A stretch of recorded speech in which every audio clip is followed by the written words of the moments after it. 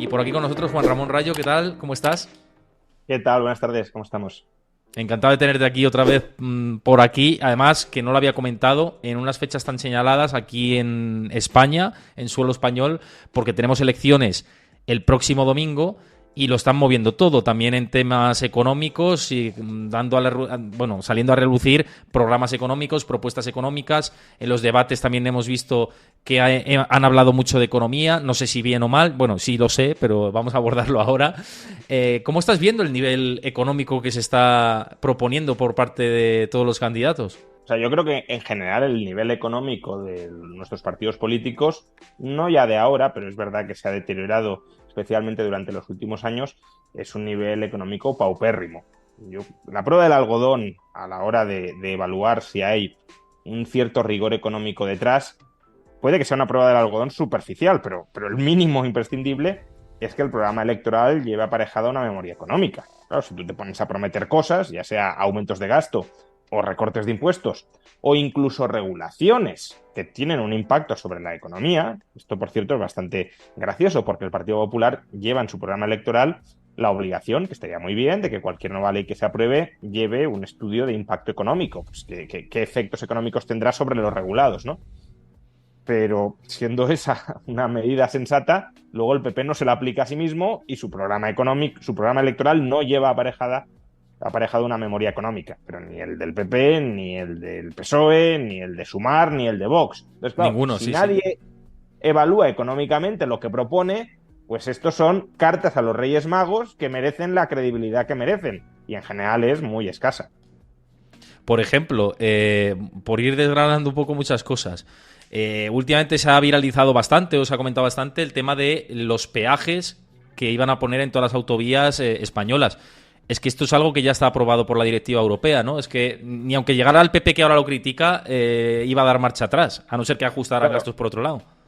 A ver, esto es algo que pacta el gobierno de España, en nombre del Reino de España, el gobierno de España de PSOE y Podemos, con la Comisión Europea para recibir los fondos europeos.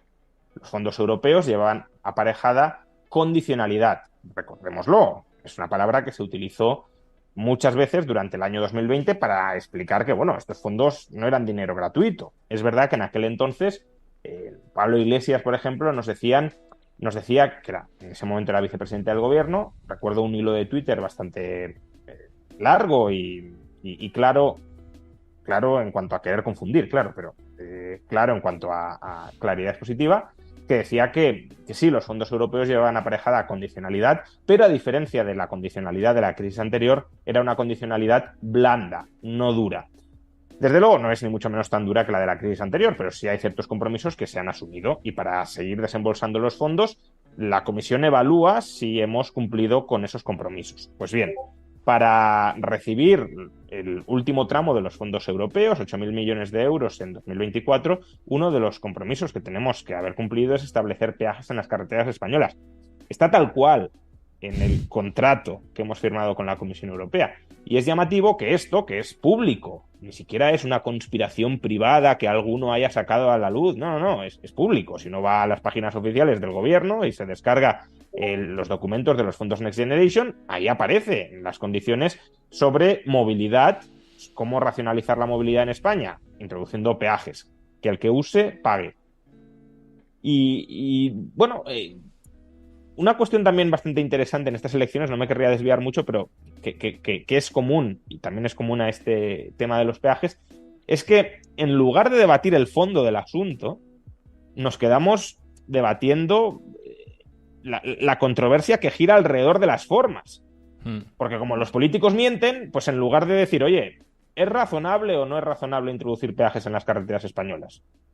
El debate no es ese, el debate público no es ese, el debate político no es ese. El debate termina siendo, que en parte es lógico que también lo sea, pero claro, el nivel es tan malo, pero el debate termina siendo si Sánchez ha mentido negando que vayamos a implantar peajes en las carreteras españolas.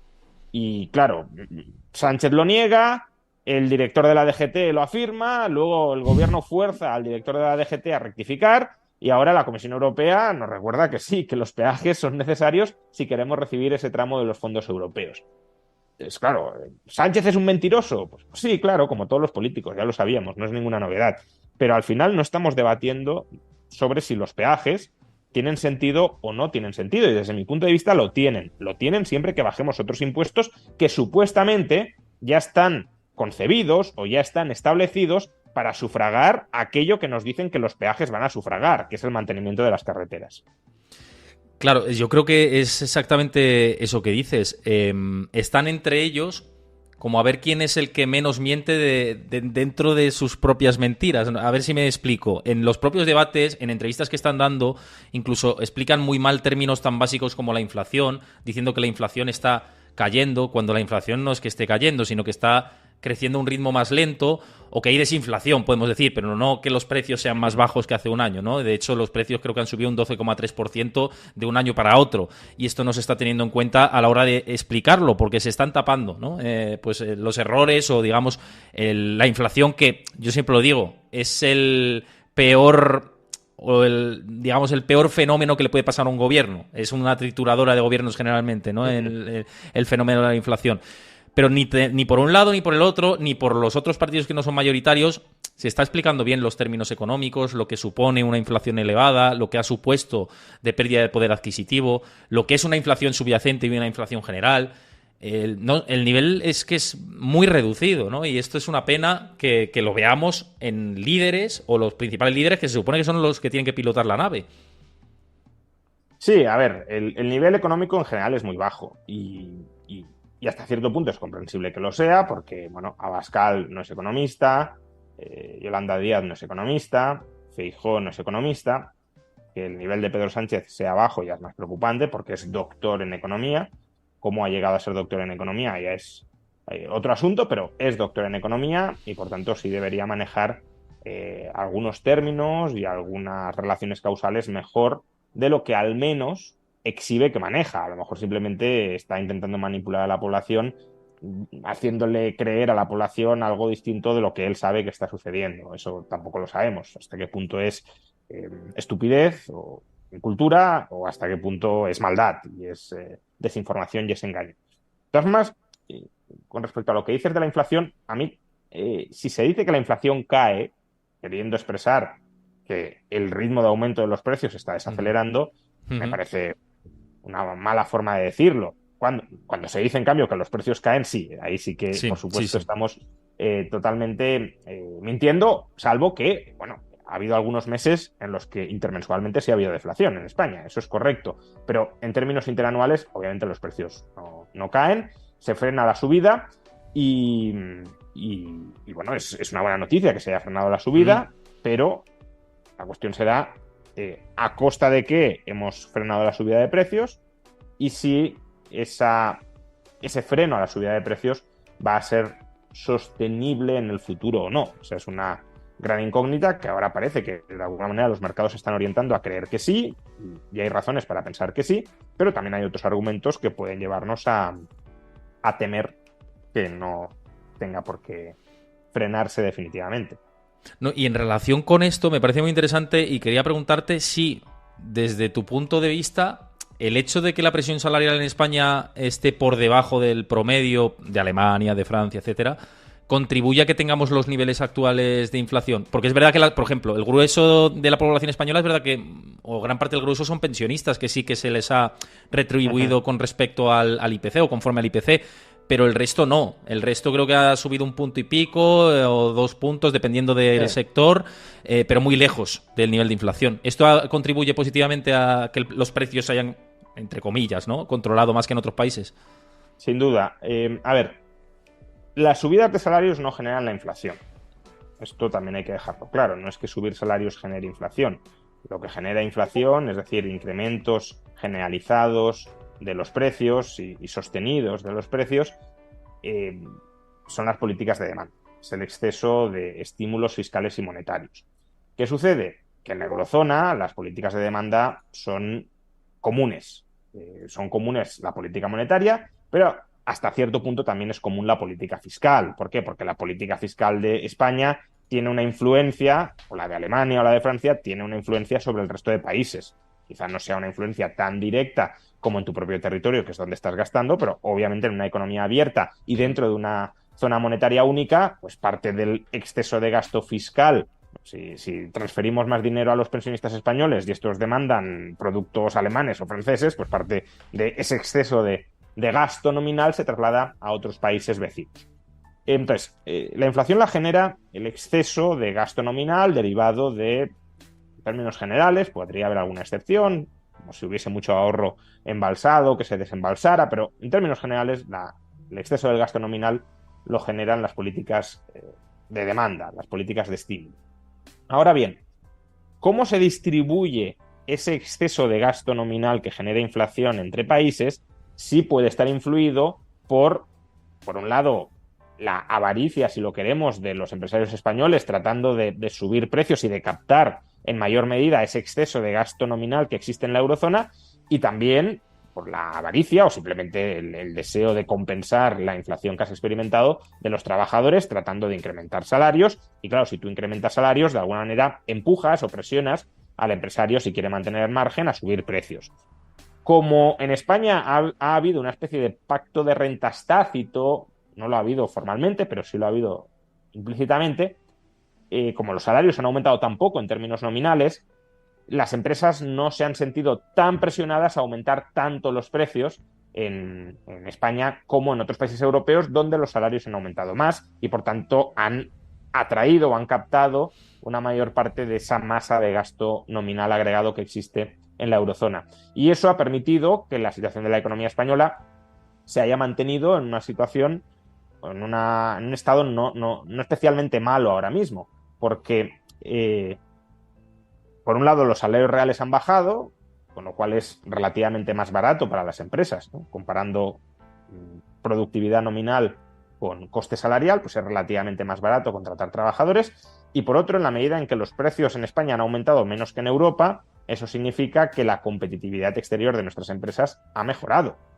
Ha mejorado porque se han comido la pérdida de poder adquisitivo los trabajadores, pero lo cierto es que ha mejorado, y eso también explica, en parte, la bonanza relativa de nuestro sector exterior, que está sosteniendo la economía española frente a una demanda interna que sí está más debilitada en nuestro país. Entonces, sí, claro que el hecho de que España sea uno de los países de la OCDE donde en los últimos años los salarios hayan perdido más poder adquisitivo influye en la situación macroeconómica e influye, cuando digo en la situación macroeconómica, en la marcha del PIB, en la marcha del empleo y también en la marcha de la inflación. Entonces, sí, la cuestión es cuánto tiempo los trabajadores españoles estarán dispuestos a mantener pérdidas de poder adquisitivo o estas pérdidas de poder adquisitivo. Y si me lo permites, porque esto ni siquiera como ejercicio de carambolas político-económicas, ni siquiera se me había pasado por la cabeza hasta ahora que lo estaba comentando. Claro, los sindicatos en España se han portado responsablemente, si lo queremos, porque han tenido un gobierno PSOE-Podemos de su lado. Ya sabemos que los sindicatos en España, cuando gobierna la izquierda, tienden a hacer menos ruido, no digo que no hagan nada, pero tienden a hacer menos ruido que cuando gobierna el PP, no digamos si gobernara PP-Vox. Claro, yo me planteo ahora, ya digo, como conjetura, como hipótesis, si PP y Vox terminan gobernando, los sindicatos pueden llegar a tener incentivos a redoblar la exigencia de subidas salariales para compensar la erosión del poder adquisitivo que han experimentado los trabajadores españoles durante los últimos años. Quizá ese exceso de presión no estarían dispuestos a hacérselo a un gobierno de izquierdas, pero a un gobierno de derechas sí. Y si vamos por esa línea, pues la competitividad que hemos ganado la perderemos.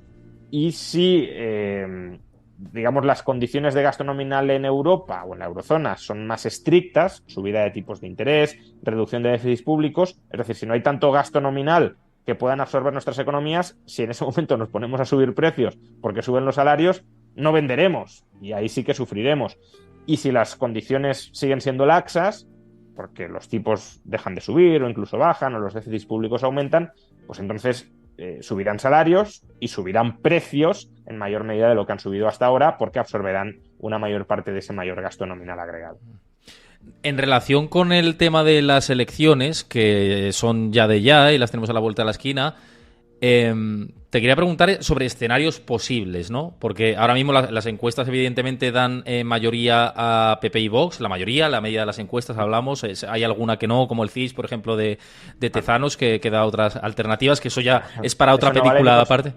no hay ni que considerarlo, pero es verdad que no todas Sí. las encuestadoras más o menos serias dan una mayoría absoluta. Da una a PP y mayoría, Vox. exactamente, es como la máxima La mayoría probabilidad, sí, pero... pero hay algunas que no. Es decir, no está ni mucho menos, o no estaba ni mucho menos todo el pescado vendido. Otra cuestión además es que durante esta semana han pasado cosas y no sabemos qué influencia han tenido, porque como está prohibida la publicación de encuestas durante la semana anterior en España, pues los No tiene ciudadanos sentido estamos eso. ciegos, pero los partidos políticos sí saben cómo están evolucionando las cosas porque ellos pagan sus propios trackings internos y por tanto son capaces de manipular en una dirección u en otra a la ciudadanía sin que esa ciudadanía tenga toda la información de por qué pueden estar lanzando unos mensajes u otros. Yo es que no entiendo eso de España que esté prohibido. En Estados Unidos, por ejemplo, hasta el día antes incluso No. no hay día jornada de reflexión como aquí.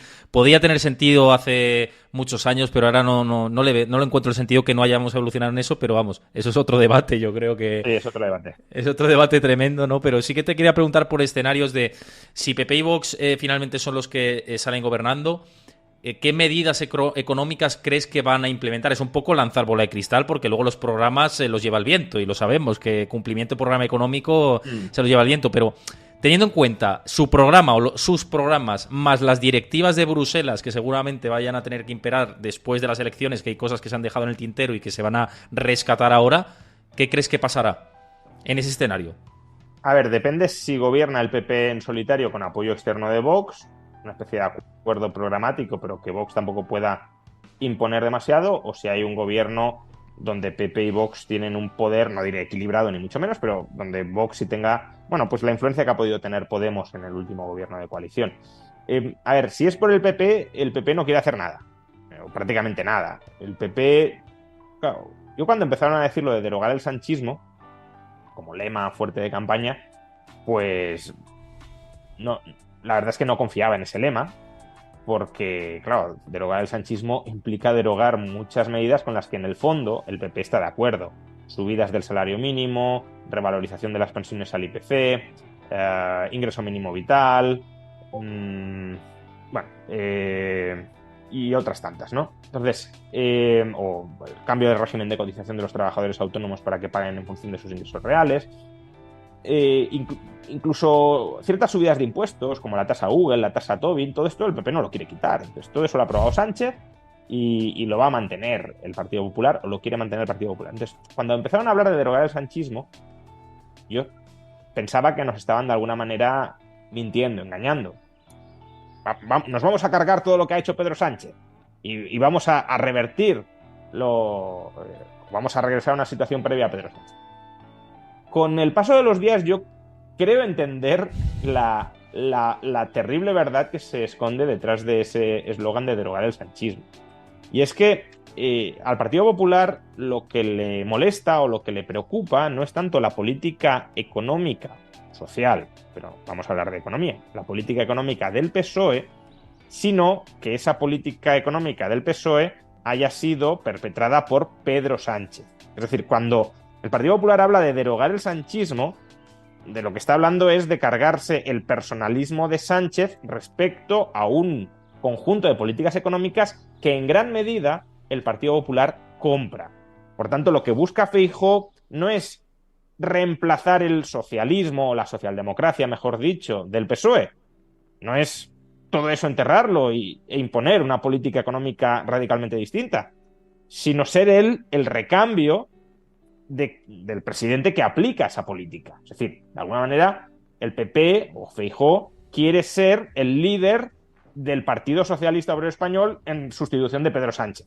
Partido Socialista Obrero Español hasta el Partido Popular, ¿no? Eso no quita, es decir, que lo que quieren es derogar los aspectos más obscenos del sanchismo, pues eso dicen, luego ya veremos. O por ejemplo el asalto a las instituciones. Eso sí que hacen bastante hincapié en su programa, que quieren profesionalizar las instituciones públicas, que no sean instituciones de partido, por ejemplo el CIS, ¿no? Que hemos mencionado antes como el caso más evidente. Bueno, pues algo por esa línea quizá hagan. Luego también parece claro que van a deflactar el IRPF hasta 40.000 o 50.000 euros, pero también aquí hay muchas trampas escondidas.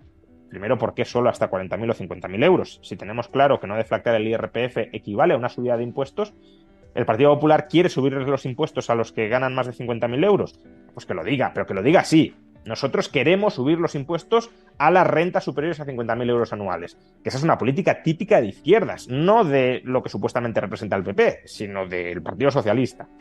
Pero es que incluso para las rentas inferiores a 50.000 euros, yo todavía no he escuchado deflactarla hasta qué año. Porque en España el IRPF lleva sin deflactarse desde 2008. ¿Alguien se cree que van a deflactar desde 2008? No. ¿Desde 2021? Yo creo que tampoco. Hombre, 2020... con lo que han recaudado no van a entrar en claro, darnos, ¿eh? O sea... mi percepción es que van a establecer una deflactación a partir de este año. Y este año la inflación ya está por debajo del 2%. Por tanto, nos están tomando el pelo si hacen eso. Claro, si dijeran, no, deflactamos un 10% para más o menos compensar la inflación de los últimos años, vale, sería una medida timorata, porque tendría que ser para todo el IRPF, pero más o menos en línea con lo que cabría esperar o lo que cabría entender del mensaje que trasladan. Pero es que en realidad yo creo que van a deflactar, pues eso, la inflación del año corriente, que ya está por debajo del 2 y que por tanto no tiene una influencia muy grande en el IRPF. Eso con respecto al PP, ¿no? Sí, alguna cosilla que mejora, de regular algo, pero bueno, cargarse algún impuesto, como el impuesto a las grandes fortunas, pero es que incluso eso, el propio gobierno de Sánchez ha dicho que es un impuesto temporal, que luego nos dicen que es temporal y se convierte en permanente, pero oficialmente es un impuesto temporal que tiene que desaparecer en 2025. Bueno, Feijóo también nos dice, por cierto, que no quiere cargarse el impuesto a las eléctricas y a la banca. Entonces, relevante. Después de haber criticado estos impuestos, ahora nos dice que no se los va a cargar, que los va a reconvertir y que la recaudación la va a redirigir a otras cosas.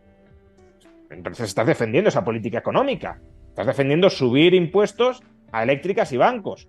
Que, oye, si lo defiendes, dilo tal cual, pero es que eso es una política económica típicamente socialdemócrata, típicamente del PSOE. Por eso decía que el PP en realidad no pretende sustituir, enterrar y crear una nueva política económica sobre las cenizas del sanchismo. Pretende quítate tú y me pongo yo.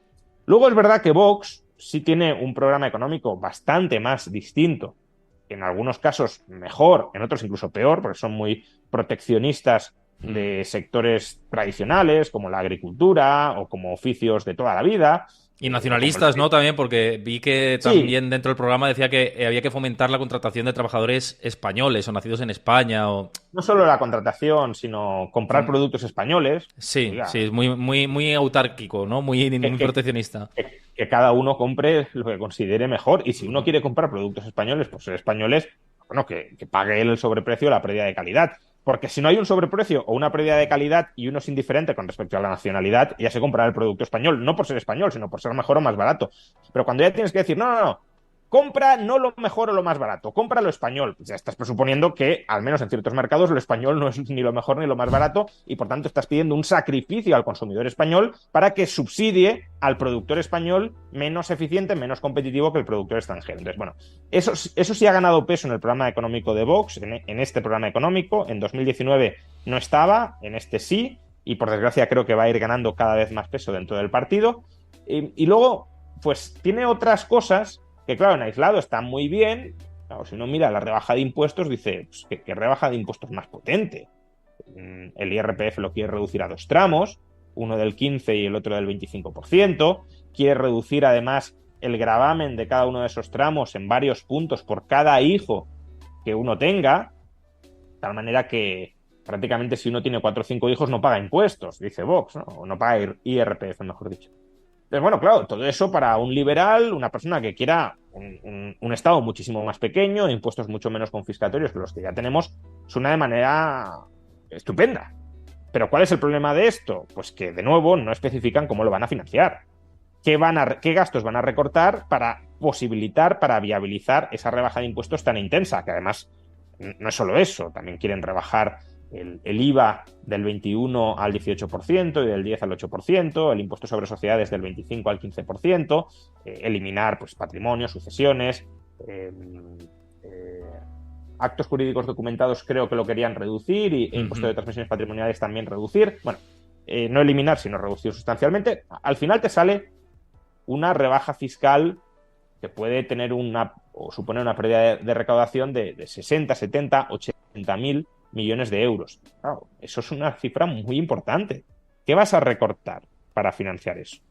Y desde Vox, pues aquí está el problema de no presentar memorias económicas. Lo que dicen es, no, vamos a recortar el gasto político, los chiringuitos, o incluso el estado de las autonomías, para lo cual sería necesaria una reforma constitucional. Pero, claro, si dijeras, no, es que recortando el estado de las autonomías o cargándote el estado de las autonomías ahorras 80.000 millones de euros. Pues, oye, no sé si apoyaría esa reforma constitucional, probablemente sí, pero, bueno, al menos habría un proyecto, un horizonte hacia el que ir. Pero es que no hay ninguna evidencia de que cargándote el estado de las autonomías, reemplazando pues a los políticos autonómicos por delegados del gobierno y por mandados del gobierno central, al final la burocracia puede ser muy similar.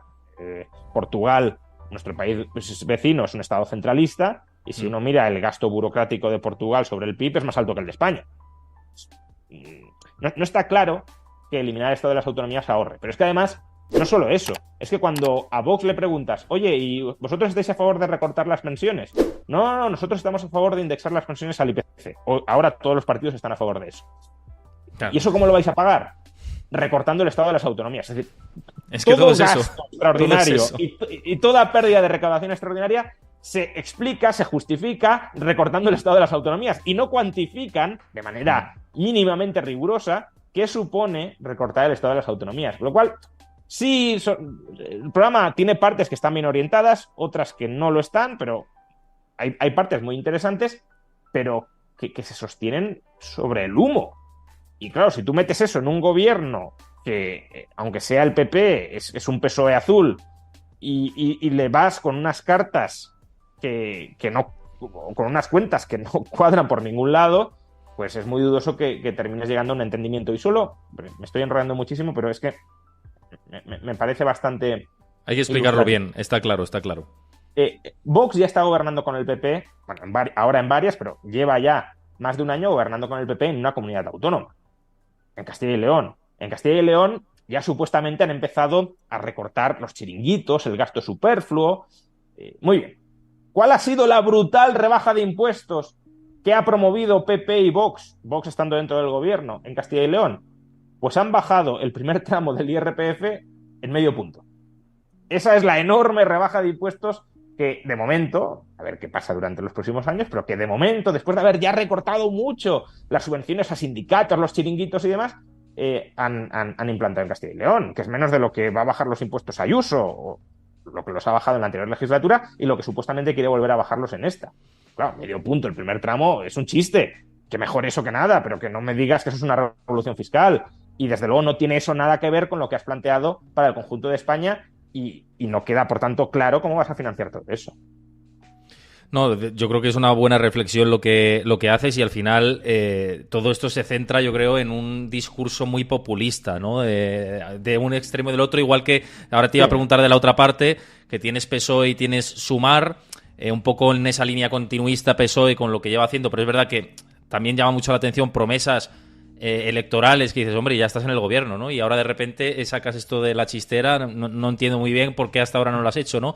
Y luego Sumar, pues con recetas como los 20.000 euros a los jóvenes, que es como el otro lado extremo, ¿no? Es decir, ¿de dónde vas a sacar esto también, ¿no? Y todo subvencionado. Aunque fíjate que esa propuesta, pareciendo que es muy loca, claro, ¿cómo le vas a dar 20.000 euros a cada joven, ¿no? ¿Cómo vamos a financiar eso? Es una propuesta que es mucho más fácilmente financiable. No digo que sea mejor, pero digo que No. Entiendo el debate a nivel numérico. Que la rebaja de impuestos que ha propuesto Vox. Es que el coste de esta medida son 10.000 millones de euros. Lo sabemos por el número de personas que cada año cumplen 18 años, y pues si le das 20.000 euros a cada uno, sabemos cuánto cuesta. 10.000 millones de euros. Estoy diciendo que el agujero fiscal de Vox, si no recorta otros gastos, que no nos ha dicho cuáles, no los ha cuantificado con rigor, sería 80.000 o 90.000 millones de euros. Es decir, que es como si Yolanda Díaz hubiese prometido no dar 20.000 euros a cada joven, a cada persona que cumpla 18 años, sino 160.000 o 180.000 euros. Claro, llega a salir Yolanda Díaz con eso y decimos, está loca, ¿esto cómo lo va a financiar? Es un despropósito. Bueno, pues eso es lo que ha propuesto Vox bajando impuestos. Que prefiero que se proponga para bajar impuestos que para dar 180.000 euros a cada persona de 18 años. Pero no estoy aquí evaluando cuál de las dos medidas es mejor. Claramente es mejor bajar impuestos. Lo que estoy evaluando es que, del mismo modo que los simpatizantes de Vox verían con claridad que si Yolanda Díaz propusiera eso es un disparate, porque no hay cómo financiarlo, pues cuando Vox propone algo similar sin explicitar qué sacrificios en términos de gasto vamos a tener que adoptar para bajar impuestos en esa medida, en esa magnitud, pues están cayendo en el mismo populismo, la misma demagogia que mencionábamos antes. En todo caso, la herencia de 20.000 euros no me parece la medida más disparatada, es disparatada, pero no la más disparatada de cuantas ha propuesto Sumar. Lo de dar varios cientos de euros por cada hijo hasta los 18 años tiene un coste bastante superior y eso sí que ya va siendo más difícil de financiar. Digo que los 20.000 euros no es lo más disparatado porque por hacer la comparativa, ¿no? Porque, claro, ahora que todos los partidos están diciendo no, hay que indexar las pensiones al IPC, etcétera, etcétera, todas, sin distinción. El grueso de votantes son los pensionistas, claro, ¿no? Ahí está indexar el las truco. pensiones al IPC nos ha costado, o sea, no un año, sino cada año a partir de ahora, porque se consolida ese nivel más alto de gasto nominal, 18.000 millones de euros al año. Entonces, claro, podríamos dar con eso 40.000 euros a cada joven, cada año, si no se hubiesen indexado las pensiones al IPC. ¿Es más justo una cosa o la otra? Es otro debate. Es verdad que un jubilado, un pensionista, ha cotizado para recibir esas transferencias y por tanto es una transferencia contributiva, recibes algo no por la gracia de Dios, sino en función de lo que has pagado previamente, pero también es cierto que, digamos, las personas de mayor edad en España tienen dentro del marco institucional español un grado de protección, incluso de privilegio, a costa de las personas más jóvenes que hasta cierto punto podríamos calificar de extractivismo intergeneracional. Pues no sé, restricción de la edificabilidad, de la construcción de viviendas, elevación de los precios de la vivienda, los propietarios de los precios de la vivienda son personas de mayor edad, los jóvenes no tienen capacidad de comprar vivienda, tienen que vivir alquilados, o muchos de ellos, eso supone una transferencia de renta de jóvenes a adultos o incluso pensionistas, jubilados. Mercado laboral, pese a la reforma laboral, el coste del despido para quien lleve muchos años en la empresa sigue siendo mucho más alto que para el recién llegado. ¿Y eso qué provoca? Pues lo que provoca es que cuando vienen mal dadas, a quien se despide especialmente es al joven, no al que lleva muchos años en la empresa, aunque sea menos productivo que el joven o más caro que el joven. Y por tanto, digamos, los peores contratos y la peor estabilidad laboral también la sufren los jóvenes por la protección de la legislación laboral a las personas más adultas. O las pensiones públicas. Claro, vamos a indexar las pensiones al IPC, vale, ¿y esto cómo lo pagamos? Lo pagamos subiendo las cotizaciones sociales. Se han subido las cotizaciones sociales y se van a seguir subiendo. Pero es que son subidas de cotizaciones sociales que para más INRI no implican devengar nuevos derechos a una mayor pensión futura. Es decir, pagas más cada mes, pero no vas a cobrar más cuando te jubiles. Ahí se rompe la contributividad del sistema. ¿Y eso quién lo paga? Pues lo pagan los jóvenes para mantener las pensiones de la generación del baby boom que va a llegar y demás.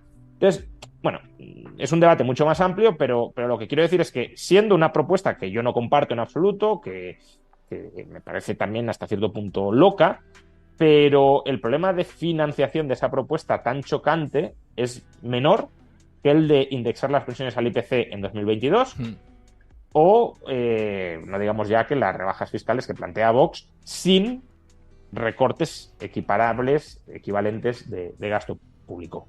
Quiero insistir en esto. Habría que hacer esos recortes. No estoy criticando que se plantee bajar impuestos tanto como plantea Vox porque haya que recortar el gasto. Ojalá se recortara el gasto en esa magnitud. Pero hay que ser valiente y decir dónde se recorta. Porque a lo mejor hay que recortar en educación, a lo mejor hay que recortar en sanidad, porque si te bajan impuestos, tienes más renta disponible y eso significa que si no vas a utilizar una escuela pública porque tienes más renta disponible y te puedes permitir una escuela privada, pues entonces habrá que reducir el gasto de la escuela pública porque con el dinero que no te quita el Estado ya acudes tú a la escuela privada. Lo que no se puede hacer es bajar impuestos y mantener el mismo nivel de prestaciones públicas. Eso es disparatado. Pero claro, es insostenible. ¿Quién le pone el cascabel al gato de decir, sí, os vamos a bajar impuestos, pero vamos a recortar el gasto en pensiones, vamos a recortar el gasto en educación, vamos a recortar el gasto en infraestructuras? Claro. Infraestructuras que no se paguen las carreteras o las autovías a través del presupuesto, que se paguen por peajes. ¿Eso lo va a decir Vox? Porque para bajar impuestos, a lo mejor eso es lo que tienes que hacer. No construyamos nosotros las carreteras, que la construya una empresa privada, no las pagamos de nuestros impuestos, pero luego quien la use, que pague peaje. Para eso bajas impuestos, para ampliar la renta disponible y que el ciudadano pueda elegir. Pero claro, si no planteas nada de todo esto y dices, no, vamos a bajar impuestos y el Estado se va a mantener en lo sustancial exactamente igual que ahora. Eso es un fraude. No, total, sí, sí.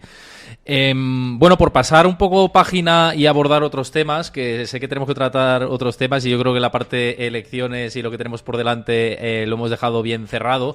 Un poco para hablar de perspectivas de cara al año que viene, y estamos viendo el tema de la inflación, ¿no? A nivel global, por ejemplo, en Estados Unidos, en España, que la tenemos también por debajo del 2% de esta manera, coyunturalmente.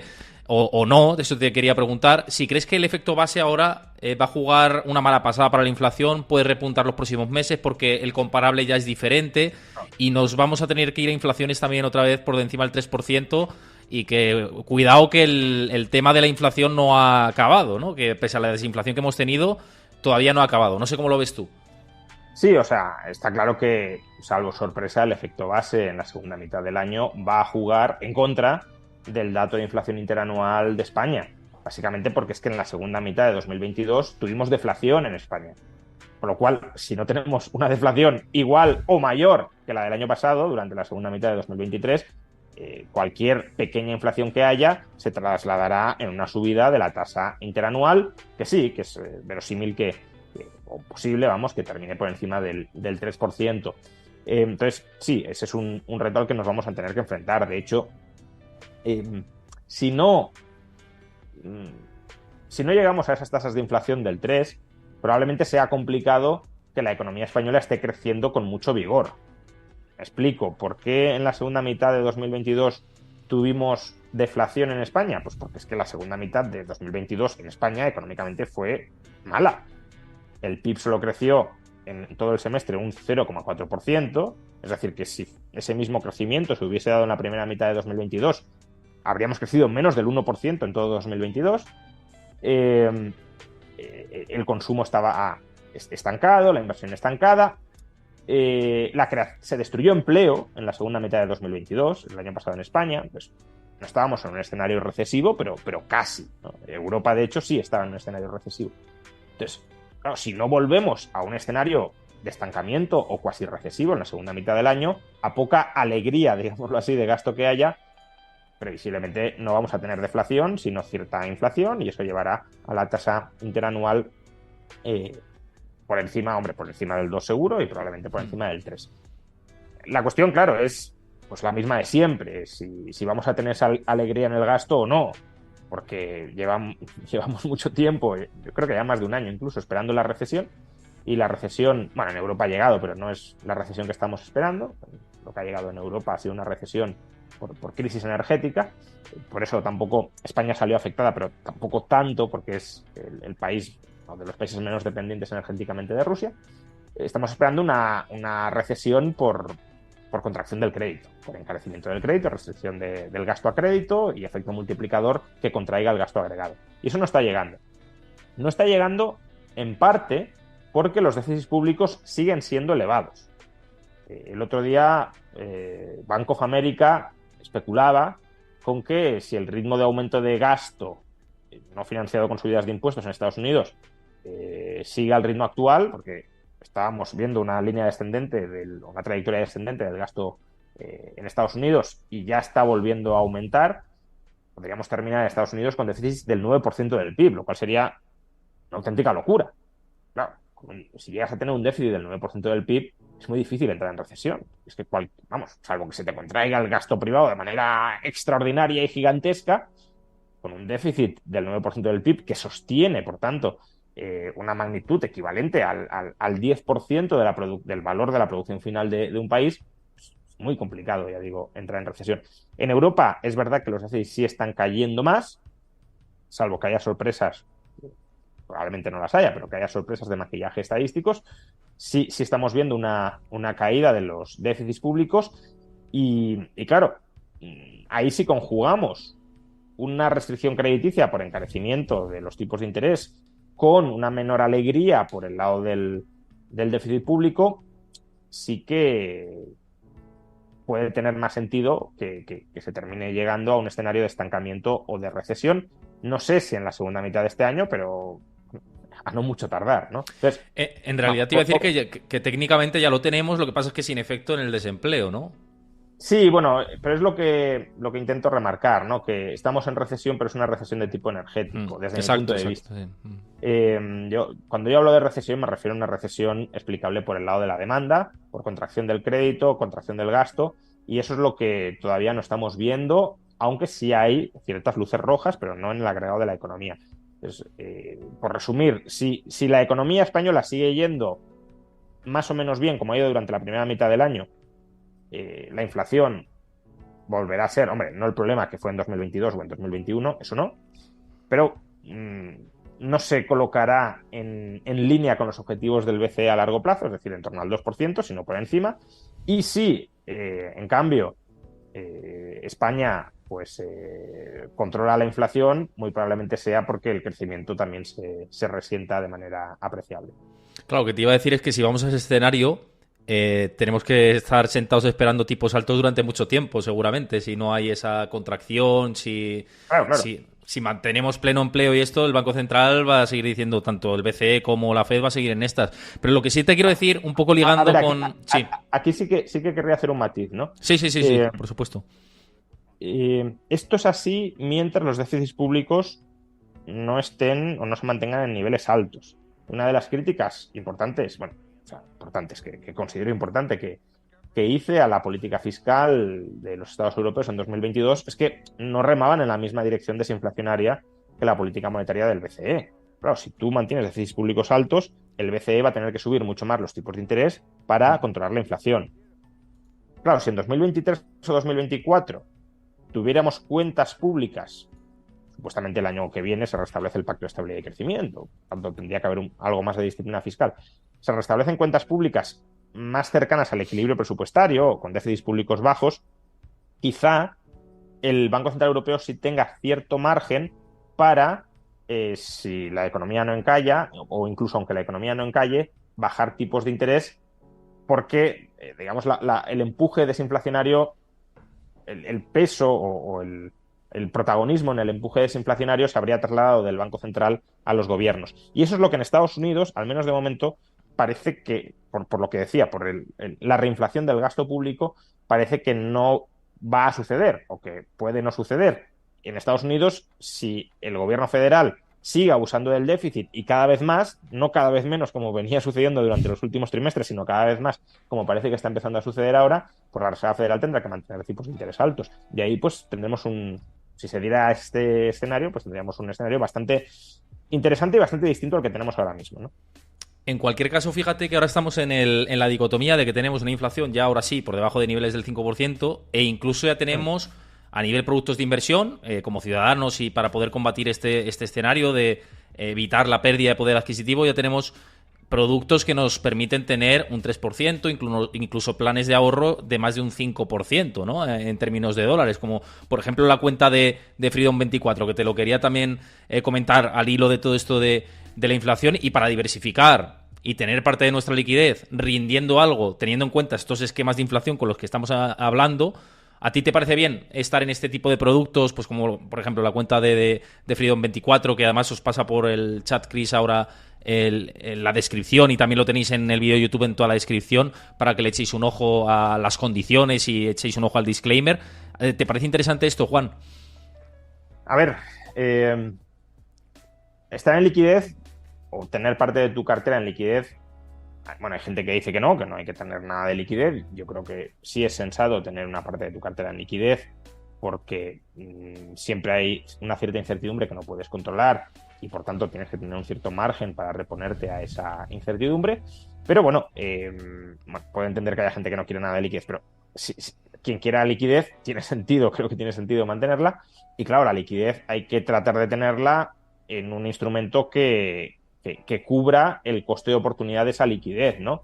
El coste de oportunidad de la liquidez son los tipos de interés reales que uno percibe o que percibiría si no tiene liquidez.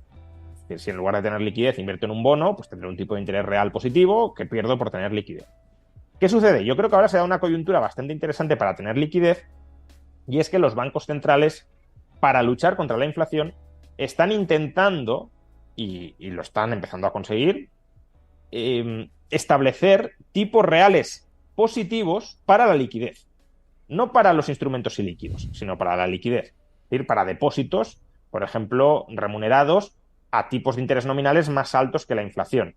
Y eso permite, pues, que haya productos como el que mencionas y otros, pero singularmente el que mencionas, que estén pagando un tipo de interés nominal que cubra la inflación y que sea un instrumento compatible con la disponibilidad a corto plazo de los fondos de ese capital, ¿no? Entonces, que el Banco Central de alguna manera esté remunerando la liquidez para luchar contra la inflación, bueno, creo que proporciona una oportunidad bastante interesante para los inversores, al menos para aquellos inversores que quieran tener liquidez y que normalmente, teniendo liquidez, han de asumir el coste de oportunidad de no obtener ninguna rentabilidad. Pero ahora, por la coyuntura específica que estamos atravesando, sí proporcionan una rentabilidad real, incluso estando en liquidez. Es decir, solo por aparcar el dinero en forma líquida, pero no gastándolo, teniéndolo disponible, pero renunciando a gastar durante un tiempo para recibir intereses, recibimos intereses positivos. Y eso es lo que busca el Banco Central, que no lo gastemos, ¿no? Que lo dejemos ahí aparcado para moderar la inflación. Es que además, como venimos acostumbrados de una época de depósitos en niveles ridículos y ya vamos prácticamente perdiendo dinero con la inflación, pues ahora esto se ha revertido. Y lo que digo, echad un ojo a la promo, que merece la pena. Lo tenéis ahí por el chat, todas las condiciones. Y también en el vídeo YouTube, que esto lo subiremos en YouTube. También si nos veis desde YouTube, tenéis en la descripción del vídeo toda la información. Y por supuesto lo de siempre, dad like, suscribiros y dejad comentarios y demás, ¿no? En relación con lo que estamos hablando de toda la conversación. Por abordar la parte final y tema de inflación y demás, últimamente están apareciendo muchos análisis, ya hemos hablado de efecto base y demás, pero sí que van análisis, y te quería preguntar tu opinión, hacia la dirección opuesta. Es decir, que sí que puede venir una contracción de la demanda, una recesión económica y una breve o coyuntural etapa de deflación. Hay algunos que comparan el PPI, ¿no? Los índices de precios del productor, que están yéndose hacia terreno negativo. Por ejemplo, en China está en terreno negativo y la inflación está en el 0, y en Estados Unidos ya está en el 0,2%, en Europa en el 0,1%. Hay algunos analistas que están diciendo, igual esto puede ser el preludio de lo que puede pasar con el resto de la inflación general. ¿Tú lo separarías eso? Bueno, por lo que has dicho antes entiendo que sí, pero ¿lo ves un riesgo de cómo estamos viendo los PPIs? Hombre, depende por qué estemos viendo, del motivo de por qué los PPIs estén evolucionando en esa dirección. Sabemos que el sector manufacturero no lo está pasando bien. Entonces, si tienes una situación de recesión de actividad en el sector manufacturero, no en el conjunto de la economía, pero sí en el sector industrial, tiene sentido que esa situación recesiva dentro de ese sector se traslade en precios que prácticamente no suben o que incluso bajan. Y claro, en la medida en que eso también llega al consumidor final para intentar estabilizar el gasto, pues no es descartable que veamos esa caída de precios de productos industriales. Otra cosa, lo que es lo que temen o donde tienen la mosca detrás de la oreja los bancos centrales, es que ocurra con el resto del gasto, es decir, los gastos más vinculados a servicios, no a productos, no a manufacturas, sino a servicios. Y ahí, claro, pues la renegociación salarial, por ejemplo, va a tener una influencia notable. No porque, como he dicho antes, subir salarios genere inflación per se, sino porque subir salarios influye sobre las decisiones que puede terminar tomando el Banco Central. Como en Reino Unido, por ejemplo, ¿no? Que ahí hay más presión salarial y están obligados a seguir subiendo. Claro, pero al mismo tiempo, si subes, o sea, si a ti te suben los salarios mucho, cuanto más subas tipos de interés, más desempleo vas a crear. Y claro, el Banco Central puede decir, oye, yo no quiero crear tanto desempleo. Pues, aunque tenga que subir tipos, a lo mejor dice, bueno, pues si no quiero crear tanto desempleo, no lo subo tanto como si fuera una fría máquina de trasladar subidas salariales en presiones de precios y en subidas de tipos de interés, subiría. Pero claro, si no subes tanto los tipos de interés o incluso los mantienes para no generar una recesión, con subidas salariales de alguna manera estás dando pábulo a que el gasto interno crezca y que por tanto esas subidas salariales sí se logren traducir por ese mayor gasto interno fruto de una política monetaria y de una política fiscal laxa en mayores subidas de precios. Entonces, esa es un poco la cuestión, creo yo, ¿no? Es decir, los bancos centrales están intentando influir sobre las expectativas para que no se consoliden subidas de salarios o no se regularicen subidas de salarios que, si bien no son el origen de la inflación, sí colocan a los bancos centrales en una disyuntiva muy complicada, en un brete muy complicado de si subo más los tipos de interés o los mantengo altos, voy a destruir empleo y no quiero, y si no los subo o incluso los bajo, voy a terminar generando inflación, ¿no? Y bueno, pues ese es el riesgo, ¿no? Ya tenemos una semi-recesión en industria, pero el sector servicios sigue, especialmente en Estados Unidos, más recalentado de lo que le gustaría a la Fed, y la cuestión es cómo enfriarlo. Esa es la cuestión, y de hecho te quería preguntar si crees, primero, que quedan 2 subidas más, como dice Powell, o como lo ha anticipado. Parece que lo ha dicho en la última vez en el simposio en Sintra. Volvió a reiterar que estaba abierto a 2 subidas. Aquí en el BCE van un poco más sobre la marcha también, pero hablan de más subidas. Si crees que quedan esas 2, y si también, opinión personal tuya, si deberían haber pausado ya. Es decir, si estas subidas extras ya se pueden pasar de frenada, con respecto a que pueda haber efecto retardado de los efectos de la subida de tipos de interés. A ver, desde mi punto de vista ya han pausado. Ellos dicen que no han pausado, pero yo creo que sí han pausado. Pausar no significa cerrarte absolutamente a seguir subiendo tipos de interés. Significa que, de momento, tú no ves necesarias más subidas de tipos de interés, que estás un poco a esperar y ver, y que si los datos que van apareciendo sugieren que pueden ser necesarias nuevas subidas de tipos de interés, los vuelves a subir. Pero pausar, yo creo que han pausado. Es decir, la guía de política monetaria que nos daban hace un año era: aquí van a seguir subiendo los tipos de interés. No, y si la inflación... No, es que van a seguir subiendo los tipos de interés, pase lo que pase. No nos planteamos en ningún momento dejar de subirlos durante los próximos meses. Ahora ya no. Ahora lo que nos dicen es, todo depende de cómo evolucionen los datos. Y, por tanto, vamos a evaluar en cada momento si conviene una subida de tipos o no. Para mí eso es una pausa. Sí, la retórica ha cambiado, ¿no? Básicamente ha cambiado mucho. Ha cambiado, y el tipo y la forma de tomar decisiones también. Entonces, Powell, yo creo que con este mensaje lo que está, por un lado, es tratando de influir en expectativas, remarcando que no es descartable en absoluto que sigan subiendo tipos, que incluso a lo mejor a su juicio los datos pueden empujar en la dirección de subir los tipos algo más, pero en todo caso dependerá de la evolución de los datos durante las próximas semanas. Entonces, ¿van a subir más los tipos? Pues no lo sé, porque no sé qué va a pasar con los datos, y por tanto es complicado de hacer un pronóstico a ese respecto, porque el propio Banco Central dice que va a tomar la decisión en función de los datos que aparezcan. Lo que sí digo es lo que he dicho antes. Si el gobierno federal no ayuda, eso va a añadir mucha más presión al Banco Central para seguir subiendo tipos de interés. Pues yo creo que nos vamos a quedar con todo esto, que ha sido completito, tampoco nos vamos a alargar mucho más, y como siempre, Juan, es un placer tenerte por aquí. Espero que tengas muy buen verano y que a la vuelta a ver qué nos toca comentar, ¿no? de todos estos temas económicos. Sí, a ver si hay alguna mejor o buena noticia con respecto a la situación actual. En España no creo, pase lo que pase, creo que no van a ser buenas noticias las que tengamos.